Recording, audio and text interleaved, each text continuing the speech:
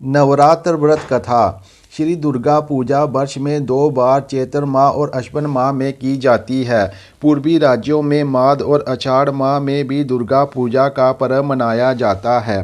राजा जन्मेजय ने श्री व्यास जी से एक बार पूछा, हे ब्राह्मण देवता, आप अत्यंत बुद्धिमान और समस्त शास्त्रों के ज्ञाता तथा पुराणों की रचना करने वाले व्यक्ति हैं।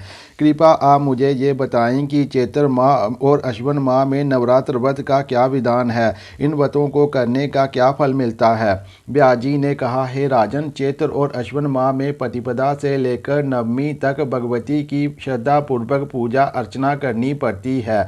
इन व्रतों में एक बार भोजन करना चाहिए, नमक व अन्न को त्याग देना चाहिए, ब्राह्मणों एवं कन्याओं का पूजन करना चाहिए, भक्ति पूर्वक ब्राह्मणों और कन्याओं को वस्त्र आभूषण दक्षिणा में अर्पित करने चाहिए।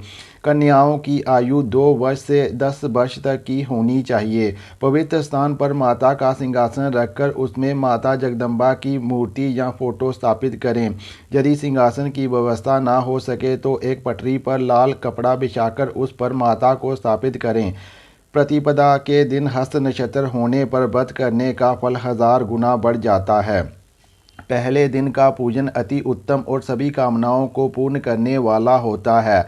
हवन करने के लिए त्रिकोण होना चाहिए। पहले कन्या के पैर धोकर उसके चरणों की पूजा करें और मन में ये संकल्प करें कि ये कन्या साक्षात भगवती का रूप है। कन्या को शुद्ध स्थान पर बैठाकर भोजन कराएं और उसे अपनी श्रद्धा अनुसार वस्त्र और आभूषण देकर उसके माथे पर तिलक लगाएं तथा हाथ में कलावा बांधें। पहले दिन एक कन्या, दूसरे दिन 2 कन्या, इसी क्रम से 9वें दिन 9 कन्याओं का पूजन करें। जो व्यक्ति व्रत कर रहा है उसका अभिलाषा विजय, विद्या, वैभव तथा सभी प्रकार के सुखों की हो। उसे भगवती कल्याणी की पूजा करनी चाहिए। आत्म शक्ति और शत्रु पर विजय प्राप्ति हेतु भगवती कालिका की आराधना करनी चाहिए। दुष्ट शत्रुओं का नाश करने के लिए तथा किसी भी कठिन कार्य को पूरा करने के लिए भगवती दुर्गा की पूजा करनी चाहिए। भगवती चंडिका का पूजन करने से धन और ऐश्वर्य मिलता है। किसी को मोहित करने के लिए तथा दुष्ट क्लेश और दरिद्रता को दूर करने के लिए शांभवी की पूजा करनी चाहिए। यदि कोई पापी भी नवरात्र के व्रत को करता है तो उसके पाप इस तरह से धुल जाते हैं जिस प्रकार मैले कपड़े को साबुन से धोने पर वह साफ हो जाता है। प्राचीन काल की बात है कि कौशल देश में एक वेश्य रहता था। शादी के बाद उसके कई बच्चे हुए, परंतु अत्यंत गरीब होने के कारण वह उनका लालन पालन ठीक से नहीं कर पाता था। उस वेश्य का नाम सुशील था। एक दिन उसने एक साधु से अपनी गरीबी दूर करने का उपाय पूछा। साधु ने उससे नवरात्र के व्रत रखने को कहा। इस व्रत को करने से घर में सुख शांति आएगी, दरिद्रता दूर होकर संपत्ति में वृद्धि होगी, शत्रु शत्रुता को भूलकर व्रत करने वाले के वश में हो जाता है। जब रावण ने सीता माता का हरण किया था तो श्री राम जी सीता के वियोग में वन में भटक रहे थे। तब उन्होंने भगवती के नवरात्रों का व्रत किया था। भगवती ने अष्टमी के दिन सिंह पर सवार होकर श्री रामचंद्र जी को दर्शन दिए थे।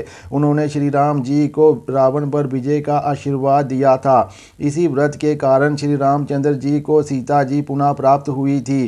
साधु की ये बात सुनकर वह वेश्य उनके चरणों में प्रणाम करके बोला कि मैं अभी अपनी दरिद्रता को दूर करने के लिए नवरात्रों में देवी के व्रत करूंगा।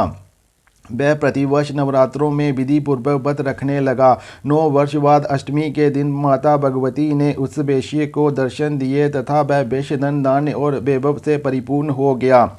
एक बार बृहस्पति जी ब्रह्मा जी से बोले, आप बहुत बुद्धिमान तथा चारों वेदों के ज्ञाता हैं। कृपा बताइए कि चैत्र, अश्विन माह और आषाढ़ माह के शुक्ल पक्ष में नवरात्रों का व्रत करने का क्या कारण है। इस व्रत को करने से क्या फल मिलता है, इसको करने की विधि क्या है तथा इस व्रत को सबसे पहले किसने किया था।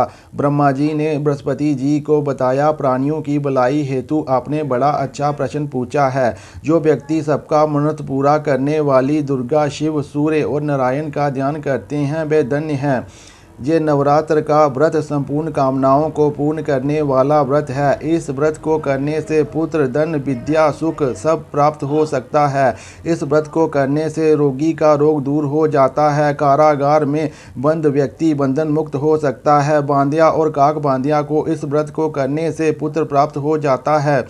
समस्त पापों को दूर करने वाले इस व्रत के करने से ऐसा कोई मनोरथ नहीं है जो पूरा ना हो सके।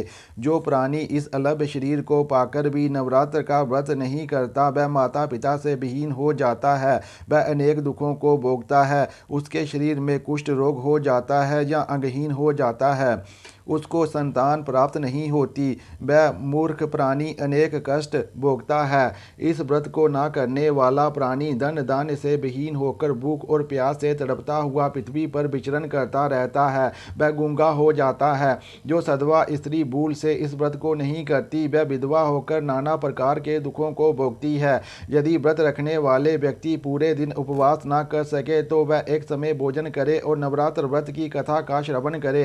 हे बृहस्पति, आपने पूछा इस व्रत को सबसे पहले किसने किया था, वह मैं तुम्हें वर्णन करता हूँ। पीठत मनोहर नगर में एक अनाथ नाम का ब्राह्मण रहता था। वह भगवती जगदम्बा का बड़ा भक्त था। उसके यहाँ सुमति नाम की एक अत्यंत सुंदर कन्या ने जन्म लिया।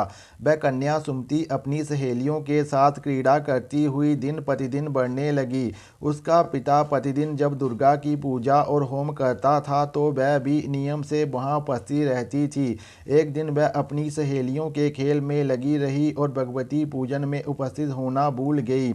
उसका पिता अपनी कन्या पर क्रोधित होकर कहने लगा कि हे पुत्री, आज प्रभात में तुमने भगवती का पूजन नहीं किया, इसलिए मैं तुम्हारा विवाह किसी कुष्ठ रोगी और दरिद्र के साथ करूँगा।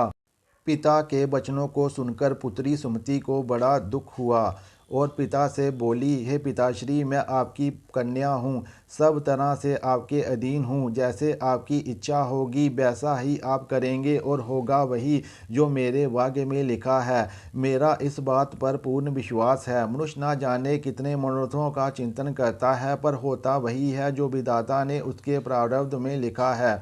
जो जैसा करता है उसको उसी के अनुसार उसका फल प्राप्त होता है। कार्य करना मनुष्य के हाथ में है, पर फल देव के हाथ में है। जैसे अग्नि में पड़े तृणादिक उसे और अधिक प्रदीप्त कर देते हैं, उसी प्रकार अपनी कन्या के ऐसे विचार सुनकर उस ब्राह्मण को और अधिक क्रोध आया। फलस्वरूप उसने अपनी कन्या का विवाह एक कुष्ठी के साथ कर दिया और क्रोध में भरकर पुत्री से बोला, जाओ जाओ जल्दी करो और अपने कर्म का फल भोगो। मैं देखता हूँ कि भाग्य के भरोसे रहकर तुम क्या करती हो। पिता के कटु वचनों को सुनकर सुमति मन में सोचने लगी, मेरा बड़ा दुर्भाग्य है जो मुझे ऐसा पति मिला। इस प्रकार सोचती हुई सुमति अपने पति के साथ वन में चली गई। उसने ब्यावने कुशा युक्त स्थान पर वह रात बड़े कष्ट से व्यतीत की। सुमति की ऐसी दशा देखकर भगवती उसके पूर्व पुण्य के प्रभाव से सुमति के सामने प्रकट हो गई और सुमति से बोली, हे दीन ब्राह्मणी, मैं तुम पर प्रसन्न हूँ, तुम जो चाहो वर मांग सकती हो। मैं प्रसन्न होकर मनवांछित फल प्रदान करने वाली हूँ। भगवती की बात सुनकर सुमति बोली कि आप कौन हैं जो मुझ पर प्रसन्न है, ये सब मुझे बताओ और अपनी कृपा दृष्टि से मुझे कृतार्थ करो। सुमति की बात सुनकर देवी बोली, मैं आदि शक्ति हूँ, मैं ही सरस्वती, लक्ष्मी और पार्वती हूँ। मैं प्रसन्न होने पर प्राणियों के दुख दूर कर उनको सुख प्रदान करती हूँ। हे ब्राह्मणी सुमति, मैं तुझ पर तेरे पूर्व जन्म के पुण्य के प्रताप से प्रसन्न हूँ। मैं तुम्हें तुम्हारे पूर्व जन्म का वृत्तांत बताती हूँ। तुम पूर्व जन्म में निषाद बील की पतिव्रता पत्नी थी। एक दिन तुम्हारे पति ने चोरी की थी। चोरी के आरोप में तुम दोनों को पुलिस ने पकड़कर जेल में बंद कर दिया। सिपाहियों ने तुम्हें और तुम्हारे पति को भोजन भी नहीं दिया। वह नवरात्र के दिन थे। उन दिनों में तुमने ना कुछ खाया ना कुछ पिया। इस प्रकार नवरात्रों में 9 दिन तक तुम्हारे व्रत हो गए। उस व्रत के प्रभाव से प्रसन्न होकर मैं तुम्हें मनवांछित वर देने को आई हूँ। तुम्हारी जो इच्छा हो मांग लो। इस प्रकार भगवती दुर्गा के कहने पर ब्राह्मणी बोली, मैं आपको प्रणाम करती हूँ, कृपा करके आप मेरे पति का कोढ़ दूर कर दो। देवी ने कहा, इन दिनों में जो तुमने व्रत किया उस व्रत के एक दिन का फल अपने पति का कोढ़ दूर करने में अर्पित करो। मेरे प्रभाव से तुम्हारे पति का कोढ़ दूर हो जाएगा और उसका शरीर कुंदन की तरह चमकने लगेगा। देवी की बात सुनकर वह ब्राह्मणी बहुत खुश हो गई और पति का कुष्ठ रोग दूर करने के लिए ठीक है ऐसी बोली। उसके पति का शरीर भगवती दुर्गा की कृपा से कांति युक्त हो गया। वह ब्राह्मणी अपने ब्राह्मण पति के मनोहर शरीर को देखकर देवी को अति पराक्रम वाली समझकर उनकी स्तुति करती हुई बोली, हे दुर्गा भवानी, आप तीनों जगत का संताप हरने वाली, रोगी मनुष्यों को निरोग करने वाली, दुष्ट मनुष्यों का नाश करने वाली, समस्त दुखों को हरने वाली और प्रसन्न होने पर मनवांछित फल प्रदान करने वाली हो। हे अम्बे, मुझ निरापराध अबला का मेरे पिता ने कुष्ठ रोगी से पीड़ित मनुष्य के साथ मेरा विवाह करके घर से निकाल दिया। आपने ही मेरे इस आपत्ति रूपी समुद्र से उद्धार किया है। हे देवी, मैं आपको बारंबार प्रणाम करती हूँ। मुझ दीन की रक्षा करो। इस प्रकार उस ब्राह्मणी सुमति ने मन से देवी की स्तुति की। इस पर देवी को बहुत संतोष हुआ। देवी सुमति से कहने लगी, हे ब्राह्मणी, तुम्हारे उद्दालक नाम का अति बुद्धिमान, कीर्तिमान और जितेंद्रिय पुत्र होगा। तुम्हारी और कोई इच्छा हो तो मांग सकती हो। ये सुनकर सुमति बोली, हे दुर्गे माता, अगर आप मुझ पर प्रसन्न हैं तो मुझे नवरात्र व्रत करने की विधि बताएं। जिस विधि से नवरात्र के व्रत रखने से आप प्रसन्न होती हो उसको मुझे विस्तार से बताएं। उस सुमति ब्राह्मणी की बात सुनकर माँ दुर्गा बोली, हे ब्राह्मणी, मैं समस्त पापों को दूर करने वाले नवरात्र व्रत रखने की विधि बतलाती हूँ, जिसको करने से समस्त पापों से छुटकारा मिल जाता है और मोक्ष की प्राप्ति होती है। अश्विन माह में शुक्ल पक्ष की प्रतिपदा से 9 दिनों तक अर्थात नवमी तक विधि पूर्वक व्रत करें। यदि दिन भर का व्रत ना रख सके तो एक समय भोजन करें। विद्वान ब्राह्मण से पूछकर घट की स्थापना करें और वाटिका बनाकर उसको प्रतिदिन जल से सींचें। महालक्ष्मी, महाकाली, महासरस्वती की मूर्तियां लेकर उनकी विधि पूर्वक पूजा करें और पुष्पों से अर्घ दें। बियोरा के फूलों से अर्घ देने से रूप की प्राप्ति होती है और जायफल से कीर्ति तथा दाह से कार्य की सिद्धि होती है। आंवले से सुख और केले से आभूषण की प्राप्ति होती है। इसी प्रकार फलों से अर्घ देकर यथाविधि हवन करें। गेहूँ, जौ, तिल, खांड, शहद, घी, बिल्व, दाह, नारियल और कदम से हवन करें। खांड, शहद, घी, जौ, नारियल और तिल तथा फूलों से होम करने से मनवांछित वस्तु मिल जाती है। गेहूँ से होम करने से लक्ष्मी की प्राप्ति होती है। आंवले से कीर्ति और केले से पुत्र की प्राप्ति होती है। दाह से सुख और संपत्ति की प्राप्ति होती है।